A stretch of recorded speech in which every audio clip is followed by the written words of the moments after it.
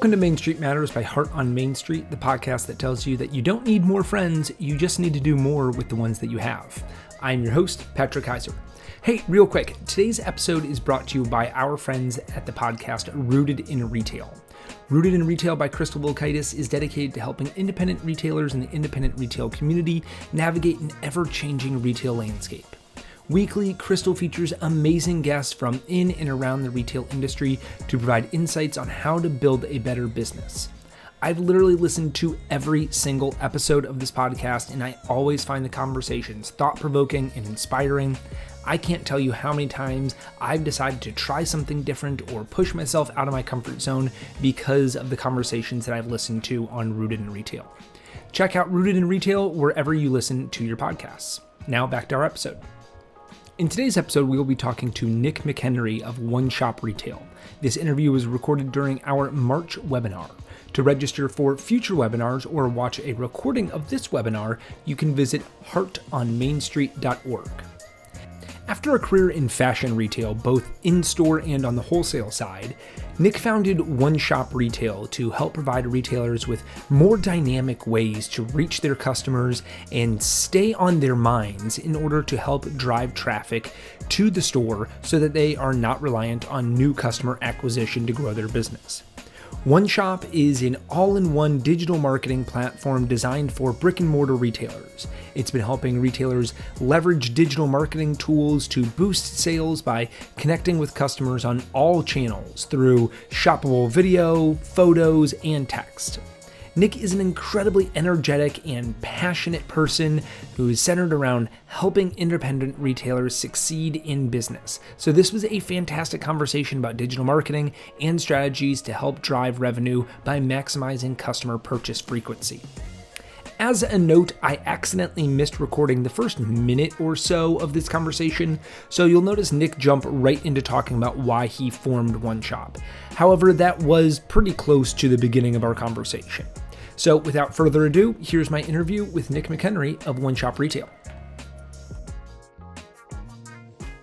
And the reason we started OneShop is I was traveling around basically like a third of my year to all these retailers, and I was so tired of asking people like, well, how's business? And the answer would always be like, oh, foot traffic is slow right now. Like it was always a foot traffic answer, basically like, yeah, it's been tough. Foot traffic's been slow. And so the reason we started OneShop was really like, there's got to be more to this, because if foot traffic is slow, like what can you do to preempt that as opposed to just feeling like you're just on your heels where you're just waiting for foot traffic to sort of like play out the way it plays out. So we launched OneShop specifically for luxury retail at the beginning with this idea that the one thing that you could rely on was your VIP customers and being like super high touch with them, texting them, letting them know when new arrivals came, letting them know when new deliveries happened, and giving them this incredible like Uber VIP experience. And they would spend, tens of thousands of dollars at your store. So we were like, okay, could we use technology to take this magical moment of, I know you super well, and you're my super high level client, and then allow that experience to be given to all of your customers, no matter who they are, whether they spend $1 or they spend $10,000. So we started our platform really starting with that very tippy top of like, okay, how can we build a platform where we integrate with your point of sale, we integrate with your e-commerce, and allow you to really know who your VIPs are. And if you feel like you know them, you can easily text or email them very personally, like a CRM would allow. So I can send you a message saying like, hey Patrick, I know you just had a baby, like we got this new product in store, would love to send you some pictures of it. That's like the VIP experience. As time is progressive, we've sort of democratized that into other marketing and loyalty tools with this sole reason of, okay, how do we help you drive frequency and drive retention? And I can talk about why that's important. But we now have, basically what would compete against, let's say, like MailChimp or Constant Contact. We have a great email and text marketing platform that, because it integrates with your point of sale, you can easily segment your lists. So you can go off someone who recently shopped or is a new customer or bought a certain brand in your store. That's super easy in our platform. And then we have a loyalty program as well that sort of just layers on top of all that is pretty flexible for retailers as well. That's amazing. I love that it is email and it's text, but you're talking, the relying on foot traffic and, some of that can ebb and flow, but you do have consistent customers that are coming in. So how can you reach them more often, get them to purchase more frequently, build that better relationship with them, I think is such a valuable thing. our general macro thesis obviously we're building our company around this. So that's the one caveat to everyone listening. Like we're building this because we believe in it, but we see it from the numbers, right? So because we integrate the point of sale in e-commerce, we see literally every year hundreds of millions or billions of dollars of sales go through our platform. So we can see from the data what is working and what is not working, as opposed to just making our own opinion of what we think you should or shouldn't do, right? And what we see from that data is, it's so funny. Like when I talk to retailers, and if you guys are in the call and you're the retailer, feel free to raise your hand. There's no shame. But we always think about, well, what do I need, Patrick? I need new customers. I need to find new customers. Like whatever reason, it burns in our brain that like, I need to find a way to do new customers. If I can get 1,000 more people through the door. Like, oh my God, if I could just get new customers, my business would be on fire. Like, how do I get new customers? So I think like in our brain, we have this thing implanted where it's like, I need new customers. So like, that's what needs to fuel my business. I can't grow without that. And so like, that's first of all, it's really hard to get new customers. Like, yeah, you can rely on once again natural foot traffic, but it's like running ads, like doing things at your local like street or whatnot. But interesting like numbers that we discovered. This was a really big aha moment for our business and for the retailers we work with. So when you look at retention, what does that mean? So we look at like, okay, if you get a new customer, let's just like today's March 27th. Let's say we got a new customer January 1st last year, right? So at the first of 2023, it's now been 15 months since we got that new customer. How many of those new customers actually continue shopping with you versus fall off and just like, we would call them churn away? So like basically don't come back. That's sort of like your retention rate of your customer base, right? So when we look at the dollars on a year-over-year basis, which is basically, if you take 2 years ago, the customers that shop with you, how many dollars did customers spend 2 years ago that they did not spend them again with you the year after? Right? So they did not repeat purchase. So like, okay, they were there, they spent X dollars, thousands or millions of dollars, and then they did not come back the year after. And that number, which is like this, we would call it like a savable number where you could impact and get them to come back through a bunch of strategies we can talk about on this call, is almost always equal to the amount of new business you brought in. Okay? So think about that. So if you're bringing in $1 million in new business, you also lose $1 million in business every year from not getting your customers to come back again. So you're working so hard. You're working so hard to get new customers in your store, and literally, by the year after that, that work is gone because you're not actually retaining your customers to come back again and shop with you. That's really, really interesting. And I love that there is data behind that. I mean, if you're just focusing more on the customers that you have and working more with them, touching base with them more often, that will equal out to a level of the playing field of all of that work of building out new customers. We did a survey, it's probably about 2 years ago now, but it was still super relevant, I think, today. And we use a lot of this for our current product, which is we went to the customers that didn't come back. And we were like, why didn't you shop again? Like, hey, you shopped at this retailer A, 1 year ago. What happened? Did you have bad service? Did you not like the product or the prices? Almost everybody answered, I just forgot about them. I just went out my life. I had a good experience. Like I liked the product. I went out along with my life. I'm busy. I just like completely forgot about them. Very few people were like, well, it didn't have what I wanted, or the price was too high, or the salesperson was mean. So it's almost just like you're lost in the abyss of other noise. So it's like, okay, great. What does that tell us? That tells us that, they're there to be wowed and be brought back in, basically. They just forgot about you. That means like the problem is actually like an engagement problem potentially, and just being on their radar and figuring out the right things to get them to come back. Then, they just don't like my store. Right. So I think that, great segue. I think a lot of independent retailers, especially, are maybe intimidated by digital marketing. We're getting into social media, building a presence there, but the idea of consistently sending out emails and text marketing, that seems like something that, okay, that's the big brands that do that. That's the big stores. Little old me, my independent retail store, where no one wants to hear from me that often or wants me to text them. So, I mean, what are the benefits to having that, the email marketing, the text marketing, and to be able to reach customers that way? For sure.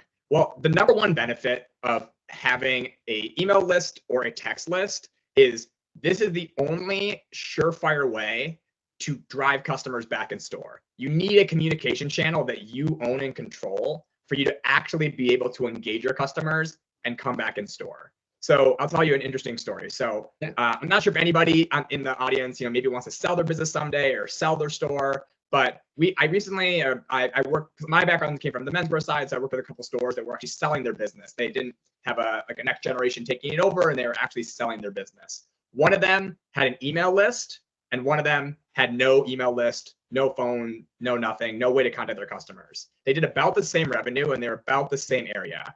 The one that had the email list sold for about twice as much as the one that did not.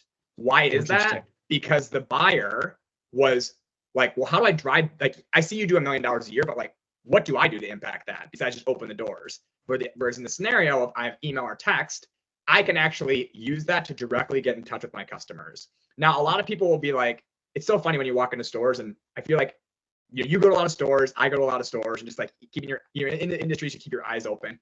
I'm sure people in the audience can have their stores this way right now. What do you see in the windows? What do you see in the fitting room? What do you see at the cash register? Follow us on Instagram or follow us on Facebook.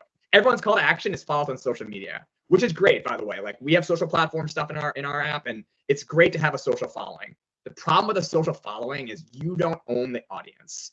Facebook or Instagram owns the audience. So it's what we call in the industry like third-party data versus owned first-party data. So basically, like, you could build a gigantic Instagram, and Instagram can say, you know what, we're going to start focusing only on reels, but you don't do any reels. So guess what? We're not going to show your content to anybody. Tough. I'm sorry. Guess you better learn video. Too bad. Like, get like 1% of views to your content. Yeah. So it's like, you just can't guarantee that for Sarah in, whatever, Chicago, that I can get a hold of Sarah and let her know that her favorite dress just arrived at my store, or her favorite item or whatnot. You just can't predictably do that. So you need to have it. Like, I would say it's an absolute requirement. If anyone on the call does not have an email list, like, hang up the call right now and figure out a way to get an email list together, because it's just so important to have that fallback. You should also be growing a social media presence. You should also be growing a Facebook presence and Instagram presence. It's kind of a yes and scenario. But what we kind of recommend is the best thing you could do with your Instagram or Facebook audience is also start to transition them into a owned audience. So like your email list or your text list. So most of the time people treat these as separate things. If I check out at your point of sale, I give you my email, and then there's like a QR code to follow you on Instagram. We see like our biggest tip, that's just like a hack that you guys can all do the minute you hang up, is to use your Instagram or Facebook audience to say, hey, join our email list. Sign up here. We give exclusive promotions. We give exclusive updates on that email list. And that way you're sort of like double dipping them, and you're pulling them off of Instagram or Facebook, where they may or may not see your post. We all know that they may see it, they may not see it, but in your email or in your text, not that they're guaranteed to see it either. You have to deal with the noise there as well, but at least you can guarantee that it got delivered to them. With Facebook, they literally it could have never been in front of their face. Like, it could have been never in their feed because the algorithm decided it's not going to go to Patrick or it's not going to go to Nick. And with text and email, that very, very rarely happens. Yeah, it's a great point. Like, yeah, you control that. You guarantee that it gets into their inbox, and whether they read it or not. And text, that can kind of a whole another animal there. But build it. If you were to start, if you don't have an email list or a text list, starting that off, how do you start getting people to opt into that and kind of avoid kind of the awkward, would you want can you send me your email? No, for sure. So listen, it is awkward if you haven't been doing it. Like, of course it's awkward. I'm not going to get away from it. At the end of the day, we know how it is. Like, customers are fatigued when they shop. They put their defenses up. Like, the minute they check out at a point of sale, they're like, oh, geez, I know what's coming. And the minute you ask for email, they immediately go on like the defense, like, oh, I can't give this, because they got asked at every other store they shopped at. So very rarely is someone going to be like, oh my gosh, I cannot believe you have an email list. I'm so excited to be on it. That being said, I think most people on this audience are local retailers and not chains. If you're a local retailer, you have such a leg up on the chain retailers, because they're shopping local for a reason, right? So they are way more wanting to hear from you than fill in XYZ chain store that everybody knows about, just because they want to support you and they want your local voice and your local curation. The one thing that I think people misunderstand, though, is that with email or text, you have to be delivering some value. It's not just, they're not obligated to give you their email or phone number just because they shop at your store. Like, oh, why do you need it? They shop at your store. So I see people all over the place doing like all kinds of I would call it like unethical hacks to get email. Like, oh, you have to have an email to be in our system, or like, oh, to do your returns, you need an email or phone number in our system. That is not, in my opinion, it's not the right way of going about it, because what happens is, sure, you might have gotten their email, but now you're going to use that email or text in a way that they did not intend to. Right. And that misalignment creates a bad experience. You're literally catfishing them, right? So you're telling them like, oh, we just need your email in our system. And the next day you're like, hey, new delivery. And they're like, whoa, hold on. You told me that you just, you told me that you just needed your email for your system. So like you're already starting off on basically a lie. So what we recommend is giving them, doesn't even have to be a huge value prop. Even what I just said, we do exclusive sales at our store, or, to this list once a month. It could be some nugget. It could be like, we give first notice goes to our email list. Like when new stuff arrives, it goes to that list. We do exclusive promotions sometimes in that list. We, if you need to get a hold of us, like that's the email that, we have a two-way email. You can get back a hold of us. There's lots of things you can do to utilize that email. And going one layer deeper in complexity, it's like, keep in mind, you guys are going to use this email to generate a return, ideally, right? You're going to use this email or text list to basically market to your customers and get them to shop again. So there is value to it. And I can give you a bunch of ways about how to calculate that value, but there is value to it. So I think sometimes people are afraid to offer like a one-time discount or something for signing it up. We're big fans of it, just because at the end of the day, it's almost always ROI positive for you as a retailer. If I give you a 10% coupon, if you don't have 10% margin on your full price items anyways, you're probably in the wrong business as a whole. Like you're doing something else wrong anyways. So I think you're still making the margin. To give a 10% coupon for signing up to the email list, it's kind of like table stakes. Like they go shop at Zara or H&M, they're going to get 10% off their next order for giving their email list. You're kind of making this exchange, but you're also providing some value by, you're giving me your email address. So in the content, I'm going to have new deliveries, but you're also getting 10% off your next purchase. Another hack, I would say, it works very well for the folks on this call, is tell them how often you'd be emailing, because people think they're going to get smashed, right? Right. So it could be as frequent or as infrequent as you want. But once again, you want alignment of what you're promising and what you're delivering on. You don't want to stray from that. So it works really well to be like, I know we're not like the other people on the street. We only send one email a week that has exclusive promotions for our store only. And people will be like, great, one email a week I can deal with. I'm in, like, sign me up. I think even sense? Yeah, from an independent retailer perspective, I think one email a week, that's, we're doing a whole lot of other things. And so the mind concept of getting an email out every single day is, we don't have the bandwidth to be able to do that. Totally. And I think we often underestimate how often our customers do want to hear from us. You mentioned before, they're shopping at your store because they want to shop local, because they want to be a part of that community and shop the downtown area. And really, you're not a burden to that email. It's not a burden to them like it might be from a larger chain or something, where it's just like, okay, they send this out to 10,000 different, probably that's even a low number. They send this out to 1 million different people. Right. This is a, more catered, this is, kind of a select email list that you get to be part of.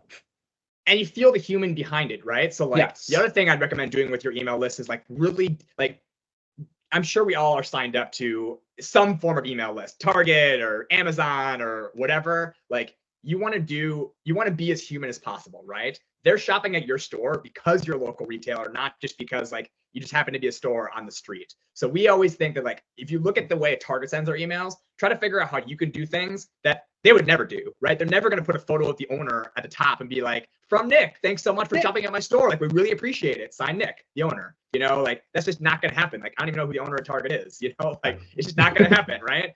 Or people aren't going to want it even if they do, because it's some faceless person, right? But they do want like, the things we see that work really well from the stores, like our team's top picks, like the people love that. Like our team's favorite items, like a little photo of like your staff in the thing, or emails from the owner work really well as well. Like specific emails from the owner. You can get real tactical with that, but one thing that you mentioned there that I want to touch on, Patrick, is you mentioned the amount of workload it takes to do email or text, let's say, just even communication, just like, oh, I got to prep this thing.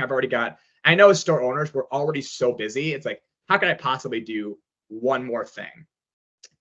So first of all, with the gathering of the email, it shouldn't feel like one more thing, because it should be built into your training of your cashier process of you check the merchandise off, and you ask them to join your email list. 100% of the time, that should be part of your checkout flow. So it shouldn't feel like a bunch of extra work. But when it comes to the emailing, the way that we find is the easiest way to start emailing is to think about your email list. This is a good tip for social media too, to think about it like a TV series. And so when you think about a TV series, what do TV series not do? You don't watch a TV series and every time you watch the show, it's a new plot, it's a new theme, it's a new character. It doesn't happen. There's some framework that's repeatable, right? You don't watch like one episode and it's like a chase, murder, mystery, thriller, and the next time it's like stand-up comedy on the same series. Not the case, right? There's like a format and like a lineage of that. So the easiest way to do it where you're consistent with your email, because another big thing is consistency, not just like send an email once and I never sent an email for 6 more weeks, and then we did it again. You want to be consistently put them out on a timeline, is to figure out what is your series. It could be like we have some stores where like are very event heavy in stores. So it's like we have events twice a month. We do emails just for those events. At the bottom, it's why we love the event. Some people just do like, we do emails for new deliveries only. We get new deliveries every week. The email is our top picks from that week's delivery. That way you don't have to think about what am I going to put in the email. You should have to think about, okay, I have this series. It's called new deliveries. We do it once a week. In this series of new deliveries, I'm going to remix and say, well, I got new product. Now I'm just going to take my new product images, put them in the email, and mention why I love this new product. And that can be done infinitely. You don't ever have this brain weight now of, okay, how do I like think of the new content to go in the email or text list? I have not thought about that kind of in that frame before, but it does kind of cut down. It makes a purpose for your emails so that you are a consistent application of what you want to deliver to your retailers or to your customers. Sorry. It's also when it hits, it's the reason I come back. Like I know when I follow Patrick on Instagram because I'm following him to see him walk around Main Streets. Like that's what he does. Main Street Monday. Like literally, that's why I follow Patrick. Like I follow Patrick because great. I know he's gonna do Main Street Monday. And I'm gonna watch him walk around a new Main Street. I'm like, I didn't even know that street was so beautiful. Like that's why I follow Patrick. I can know and deliver on that content. So if you treat your email list that way, it's like I love this series from local retailer. You can get super creative with it. It's just you don't have to worry about constantly, oh my God, how do I think of this new thing? And then all you're doing now is like you're adding new series, right? So if your store is a TV channel, great. I've got Series A, new deliveries. Hey guys, we want to launch Series B, which is email once a month to our VIPs, telling them why our VIPs, and then Series C, which is da-da-da-da, and like that is in your new. You launch things in series, not like let's try an email one time. It does this thing. Yeah. And kind of every time a different concept and every time a different, having it this consistent thing that makes sense. I love that. Yeah, kind of making a TV series for the emails. And your customers will tell you, like they'll say, like, oh my God, I love your emails that are the new delivery, like whatever, new delivery Thursdays. I would love to know like when you're on sale, like, and they'll tell you sort of like what they'll lead you into whatever that next series is. Nice. Yeah. So from that, I know open rates don't necessarily matter as much anymore. I mean, you've kind of hit on, but what are some things that you've seen be really successful in getting that attention and getting that, attract to the email? Yeah. So I'm going to dodge and I'm going to answer your question. Okay. So the first thing I'm going to do to dodge is because you touched upon something super important, which is one of the number one mistakes that we see people making with their email list is over optimizing for the open rate. Okay. The amount of times that people will come to us and be like, Nick, I do a great job with email. I have a 50% open rate. It's incredible. And there's 2 reasons why it doesn't really matter. One is the email providers don't want you to actually know the open rate. So they've done things in the past couple of years that skew that number. So in 2021, Apple basically said, if you email Apple Mail, we're going to open the email before it even gets into our inbox. So like that meant all open rates immediately went up because Apple is like hiding that from you. It doesn't mean the customer opened it. It means Apple, like they're using Apple Mail, opened it for everybody, basically. So they're ruining your email opens. But the other thing is, even putting that aside, what does open rate tell you? Open rate would be like, we have a store and all we care about is how many people we got in. We don't care about how many people bought anything. We just care, all we care about, Patrick, is I want the store with the most people that set foot in for 5 seconds. And you say, how many sales do you, Nick? And I said, we didn't do any sales. Like, we had so many people in store. It was so awesome. Open rate, all it tells you is when you have your email inbox, did your title work? It's good for that purpose only. Yeah. Am I writing a title that people want to open? Like whatever that title is, new deliveries or sale or whatnot, That's all it tells you. It doesn't tell you if the content's great, doesn't tell you if it drove sales. It just tells you, did it get opened? So like we would use that. I'm not saying you should ignore it. Like, I don't care about open rates anymore. But you should only look at that as, all right, if it's 10%, what you need to improve is your title. Like, okay, 10% open rate, I need to do, a better title, let's say. Like the example we give, which is a bad example, it's like, if you wanted to be like, how do I get a 100% open rate on an email? You would just send an email that says, your credit card's been stolen. Like that would get a 100% open email rate, but it's not ethical, obviously, but like, that's all it tells you, right? It doesn't tell you like if they wanted to open it or was it good or was it bad. It just got people to open the email. So you want to fix your open rate. If your open rate is too low, you want to fix your title. The better thing to look at is, did this actually drive sales in my store? So the way, and we have some tools that can help you with this. So obviously like reach out to me or reach out to our team. You can go to oneshopretail.com. We have some tools that help you track this. We call it like the conversion dollar amount, which is, okay, after I send my emails, did people actually come in and shop in my store? So the analog way, like without something like OneShop, is you can just take, like, you should be registering your email address for the person at your point of sale and getting their email address. So a lot of stores we meet are just like, well, we don't actually ring the sale under that customer. I think that's a huge mistake. Like you should always be ringing the customer, even if you sell $10 items, under the name if you can. And that you can say like, oh, we just do it in case you need to return or keep your record or whatnot. You should always be ringing Patrick as Patrick in your point of sale, whether it's Square or Shopify or Lightspeed, doesn't matter. You should be ringing Patrick. If you're ringing Patrick in your point of sale under, whatever Patrick's email is, Patrick at Heart on Main Street, and you have Patrick at Heart on Main Street on your email address, you can literally just export from MailChimp or OneShop or Constant Contact the email addresses from that broadcast. Let's say you sent a new delivery email, and then you can export your sales from the last week, let's say, and just cross-reference those emails and say, all right, did any of these emails show up in our sales the next day? And then basically tally those. Listen, it's not a super simple exercise, by the way. I'm totally understanding. It's not like the easiest of exercises. You don't need to be doing it constantly, but at least do it like once a month. Just be like, all right, for this month's sales, let's look at our email list. People who are subscribed. Did any of those people who are subscribed actually buy anything in our store? If the answer is 0, it's like, all right, well, we're probably not saying the right things in our email. One thing I will note is that people, when we surveyed customers that shop at retail stores, do want retail store associated content. So we haven't had that many stores succeed at like once again, it should be personal. It should be as personal as you can be under the context of you own a retail store. So what I mean by that is we haven't had many people succeed on like just doing an email newsletter or an email like campaigns that don't mention product or what you're selling. They're just like, my favorite place to eat in my town. Like people have tried that. Like, our owner's 5 favorite places to eat in, whatever, Chicago or whatnot. Those like people are like, wait, but you're a retail store. Like if I want to know what places to eat, I'm going to go to like a restaurant or something like that. Yeah, food blog or something like that. So they do care about it being like, you can actually sell in this medium. Like you care about it to be like, we have new product or it's on sale. Or here's why we love our product or here's some product knowledge we have on it.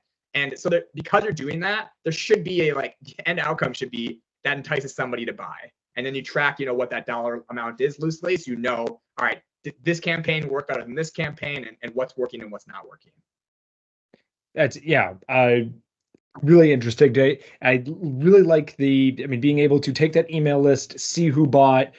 Probably a little bit time consuming, but being able to really see how did this translate into sales, and was this email campaign worth it? Did we get much out of that? But I think even just the reminder that you're there, right. And through an email is just kind of touching base with them, letting your customer know that you exist, that you're there for them, that you're interested in seeing them come back. All of those things get someone to come back in the story, stay more front of mind for them. One thing I would also recommend retailers do, if you guys can do this, is, okay, if you're starting from day one, you've never done an email to your customers, I would not do this. This is like a level 2 thing. If you're starting from day one, I would just pick your series and stay to your series. Like, okay, great. Once a week, we're going to send a series of new deliveries out to our customers. Pick that series and just do that. If you're already doing the series, I would highly recommend trying to introduce platforms we call them segments in OneShop. I think MailChimp calls them segments as well, or Constant Contact calls them something else. But you want to try to do, like your goal with your email list is to try to give the customer the information they want at the time they want it. right? So like, yeah, you might be creative or you might be entertaining. That might be your value prop. But really, like, if you can segment your list, John put a great question. I'm going to answer in a second. But so what you want to do is you want to segment your list with some sort of like personalization. So like, if the most personal email I could send is like, hey Patrick, I know you just had a baby. Like, I got this great stuff for you. I just know you specifically. How can I take that concept of something super personal and use an email list to sort of replicate it? So a very easy example of this is we have a new delivery of this brand of product, or our top selling brand or style or whatnot, as opposed to just sending a mass email to everybody saying like, check out our new thing. Doing an email to only people who have bought that brand in the last 1 year, and just simply change your phrasing as to that audience. So you would just simply say, hey guys, hey first name, like there's always a first name field that can fill in the first name for you. We have a new delivery of this product. I know you bought it in the last year. Now's the time to get like the new colors. You're speaking to the audience knowing that they already bought it. Even that one line of because you bought this is why you, like, even the title being like new, like because you bought insert brand, is automatically more personal than almost all stores get, where most stores are just like, we have stuff. And because like most stores sell a wide assortment of things, like it's likely that you're sending things to people like, oh man, I'm either getting too many emails, I don't care about this brand. We're trying to do something like that, or even just your VIPs. Let me pull my top customers from the last 12 months and putting it like, you're one of our top customers. Like, because you're a VIP, here's early access to this new product we bought. So trying to like filter in some of these like micro series, if you will. So like, okay, a micro series once a month, we're going to email our VIPs, or when a new delivery comes, we're first going to email people that have bought that. This is like, once again, more complex. It's level 2. In a platform like OneShop, it's pretty simple to just drop down and choose like the brand that they bought. But either way, like it does convert better when you be more personal. So one question that John asked, which is a super common question we get, which is what about when most customers are tourists / visitors, not local, maybe they're regional? We have tons of stores where they're like a huge percentage of their business is tourists.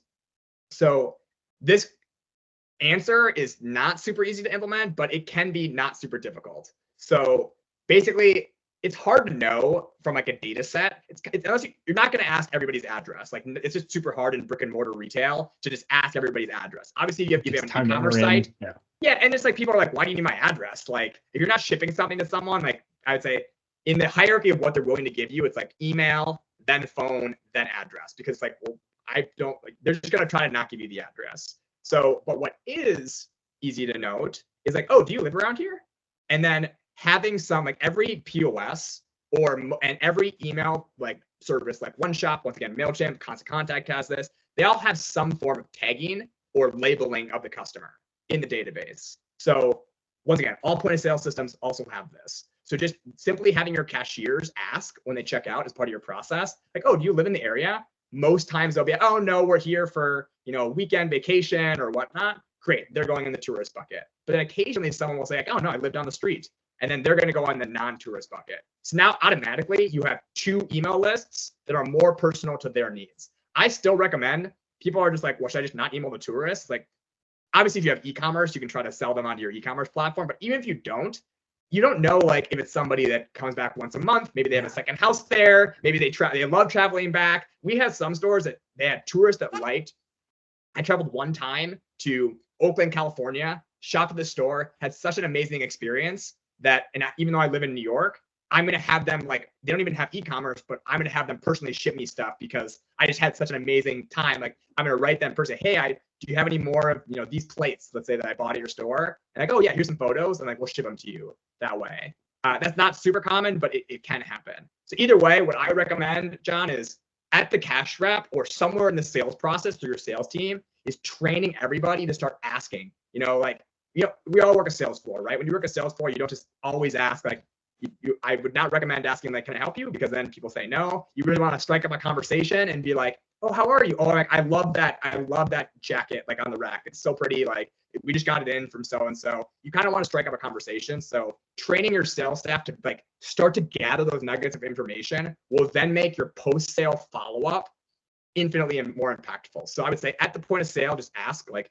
do you live around here? Do you not live around here? And then label them in some system. It could literally be a Google spreadsheet where it's like, customer A, tourist, non-tourist. And then those can get uploaded into MailChimp, into OneShop, into Constant Contact to be able to be emailed later on. So it's really more on like the labeling of that. Once again, not the easiest thing, but we do see it happening quite often. And to your point, in tourist, vacation areas, families do tend to come back. And if you are reaching out to them and letting them know about things, being, oh, that's my favorite store in that town that we go to, that's a great thing, that you are going to come back there, that you are remembered, that one-time purchase turns into every time I go, I'm visiting that store. I would say that, like, sometimes people are like, well, they don't live around here, so I don't want to bother them with my emails. I would say one of the most common questions we get asked is like, how often should I be emailing my customers?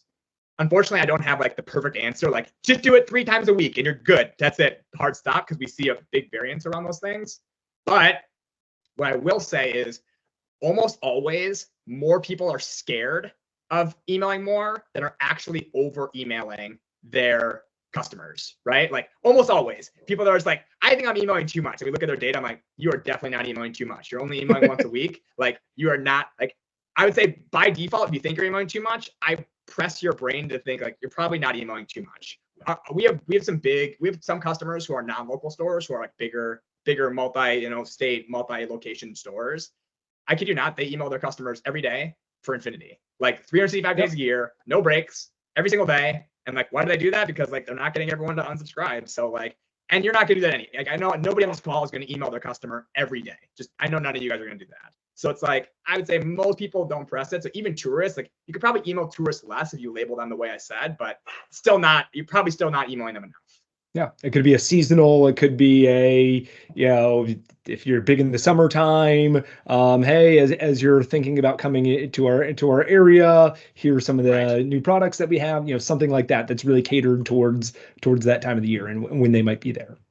Can I mention one thing about text message? Or a couple text message. So text is a big part of our platform. That being said, text is much more complex than email is. The reason being is that one thing is the legal thing, and there's also like an execution thing. So with the legal side of text, so in the US, I'm assuming that most people on this call are in the US, but if you're not, it's still pretty much equally applied in Canada, which is if I shop at your store and I give you my email address, you basically have permission to like market to that customer. Like, they give you the information, they basically are a paying customer at your store, you can do that. With phone numbers, that is not the case. If you like verbally ask someone a phone number, like, hey, Patrick, can I grab your phone number and put it on your record? That by law is technically not like, yep, you can just start text blasting them every single weekend, marketing messages. There needs to be what they call like an explicit opt-in, which means that like some place I need to like enter my phone number or, hit sign up or some form of like, it could really be a sign up sheet at your register that says like, we're going to send you, text messages for marketing. There has to be some kind of like check-in of that customer.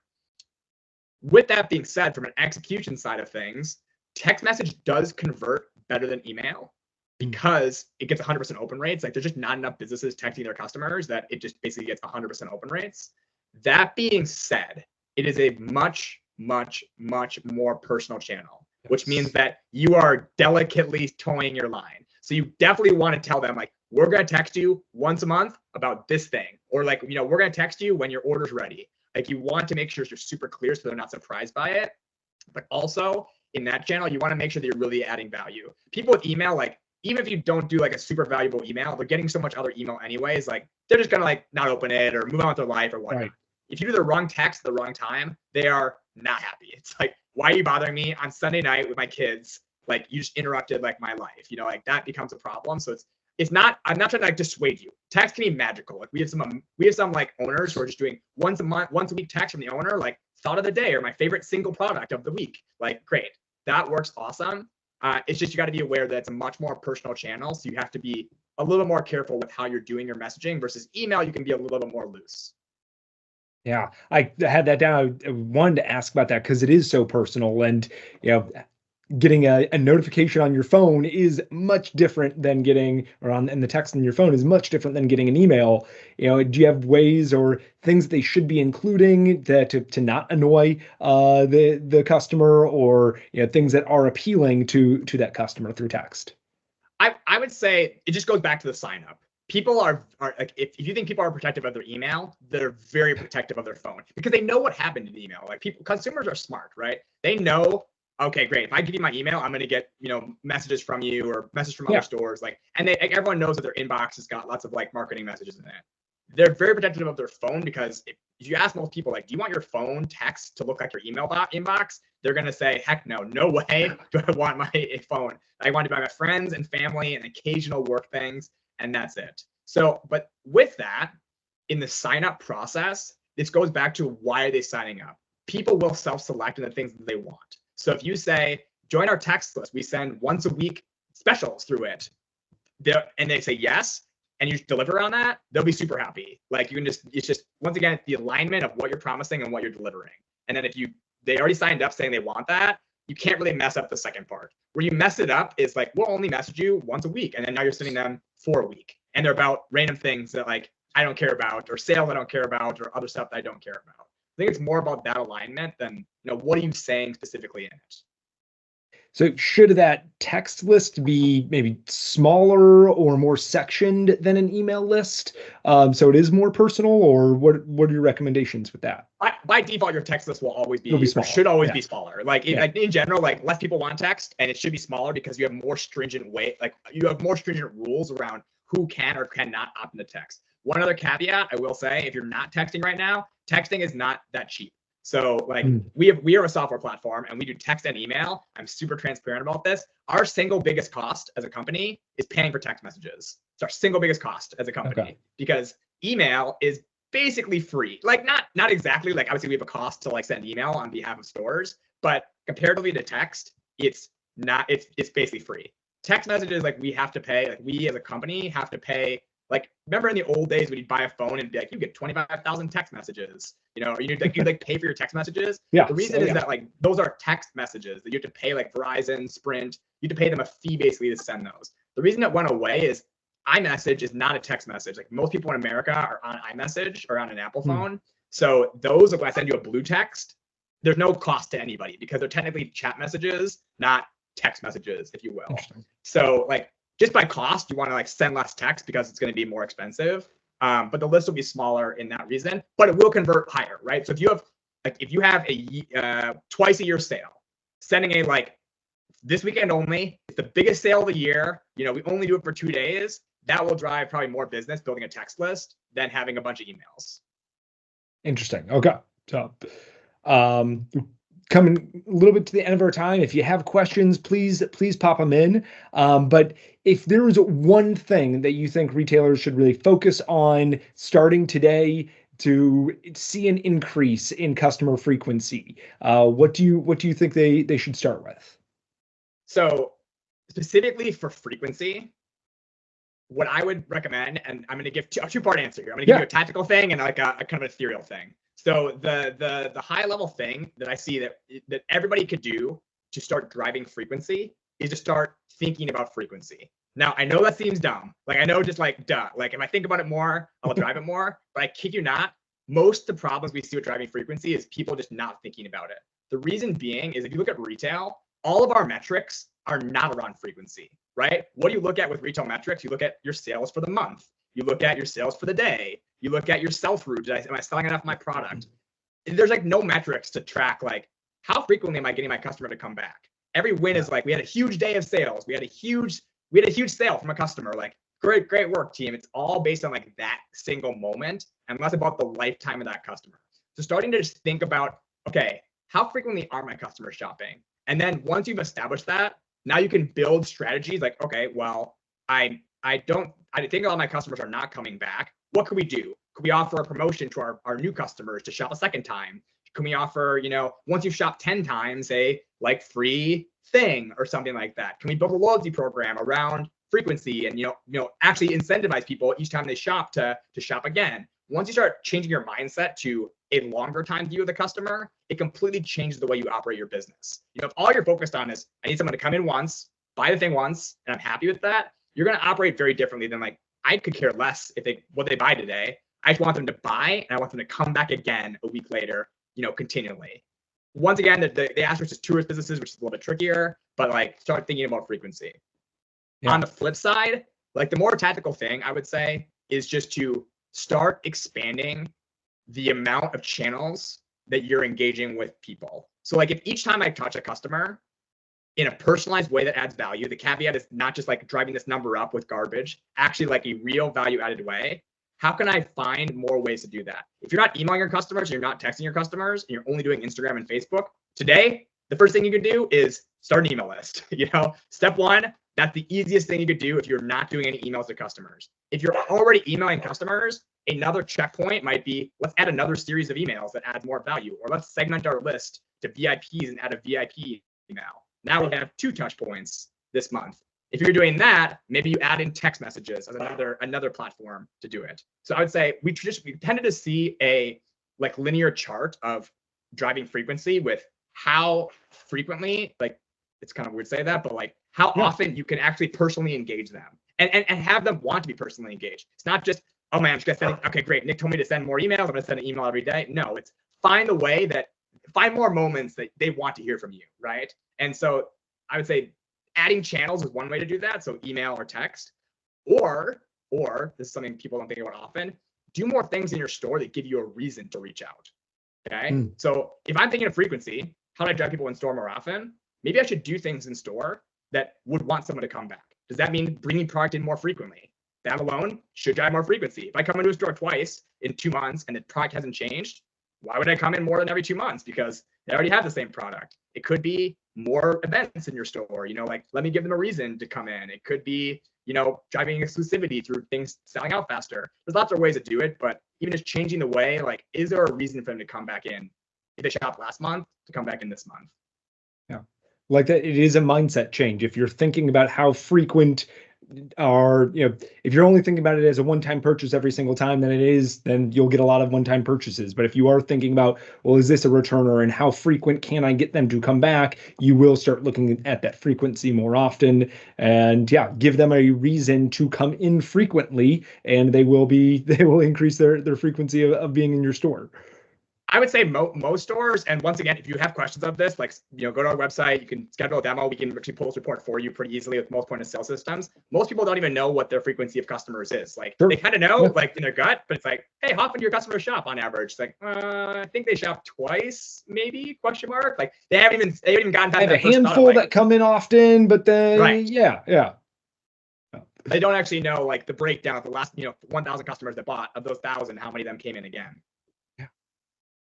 Speaking of your website, where can people find you, connect with you? If others have questions, please type them in the Q&A or in the chat section. Yeah, so let me, can I chat in here? No, I can't chat. You can't chat in here. It's okay. I'll just tell people. Okay. So you can go to our website. It's oneshopretail.com. That is where you can basically, we have an open demo schedule. You can set up a call with myself and my team. We'll go over, we take a little bit of a consultative process. We want to understand where are you at in this process so we can make sure our software helps you. So that can all be done there. Also, feel free to personally email me. It's nick@OneShopRetail. I'm happy to, field any questions you might have there. If you didn't quite understand something I talked about here, I'm totally happy to answer any of that stuff. On the social medias, One Shop Retail. You can find me, Nick McHenry, on all socials. But email is the best place to get a hold of me, or the website itself. And Nick is a great follow on social media. Always funny things in stores, different memes. He's a great follow. So definitely give him a follow. Erica did have a question. On average, how much time would be needed to do what you're talking about, emailing, text weekly? Okay, so I'm going to answer this, Erica, as a once a week email or text. So I would say that the longest time with emailing in general is like the design of the email. But even that, all of the work should be on your first email. Okay, so back to like the setting this up. Okay, all of your time savings is on the setup of all of this stuff. So I would take your time with the first, but build it in a way that every follow-up is nominal work. Let's call it less than half an hour of work in general. So what I mean by that is if you do it back to the series concept, I'm going to build my series. I'm going to figure out what's the kind of format this email is going to be. It's going to be, new updates, new deliveries, a note from the owner. That's going to be my email. you build a design once and you can just use that same design every time. Like every email platform, including OneShop, allows you to just like copy that template again and basically just like change the format of that. Your store should be having like new stuff anyways pretty frequently to be sending your customers. So realistically speaking, once you have the series set up, you then have your template organized. Okay, here's how I want it to look visually. That does take a couple hours to like make sure it looks, visually nice the way you want it to look. But then really that should be the same thing with new remixed content in it every single time that you're just, I mean, if you're doing it once a week, you should be gathering the content as the week goes. You shouldn't get to your email on Fridays and be like, what are we going to put in the email this week? It should be like, we know, kind of like a content calendar. Oh, we just got delivery of, this new product. Put that on the list for the email on Friday. Oh, we just got this new, amazing new brand launch. Put that on the list for the email on Friday. So you're kind of gathering the content as it goes. So when it comes to actually doing it, you're spending like a half an hour putting in your template and sending it out. Yeah, great. Great I think question. Probably as you were thinking about, you're thinking about that email, you will think about more things that should go in that email. Once it's kind of constant in your head, you're like, oh yeah, that can go in there and that can go in there. That first time it might be this, I'm not real sure, but then you start thinking out ahead and building that. Yeah, absolutely. Yeah, great question, Erica. Nick, thank you so much for being on today. I really appreciate it. This is great. I think our audience learned a lot of just ways to help increase their frequency so they can reach their customers more often and get those customers keep coming back into their stores. Thank you. Yeah, this was awesome. Thank you so much for having me, Patrick. Absolutely. I hope you enjoyed our conversation with Nick McHenry of OneShop Retail. Next week, we will continue our shop talk conversation with new retailer Kara Poliner of Ely Mercantile in Ely, Minnesota. We will check in with her to see how she's preparing for her first summer in Ely. I hope you've enjoyed this episode as much as I've enjoyed bringing it to you. If you'd like to learn more about the organization Heart on Main Street or register for one of our webinars generally take place at 1 Central. However, if you register for it, you automatically get a recording of the webinar. But you can do that through heartonmainstreet.org.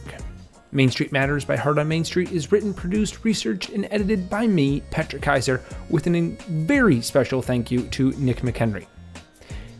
Everyone, have a great week, stay safe, shop local, and I'll see you next time.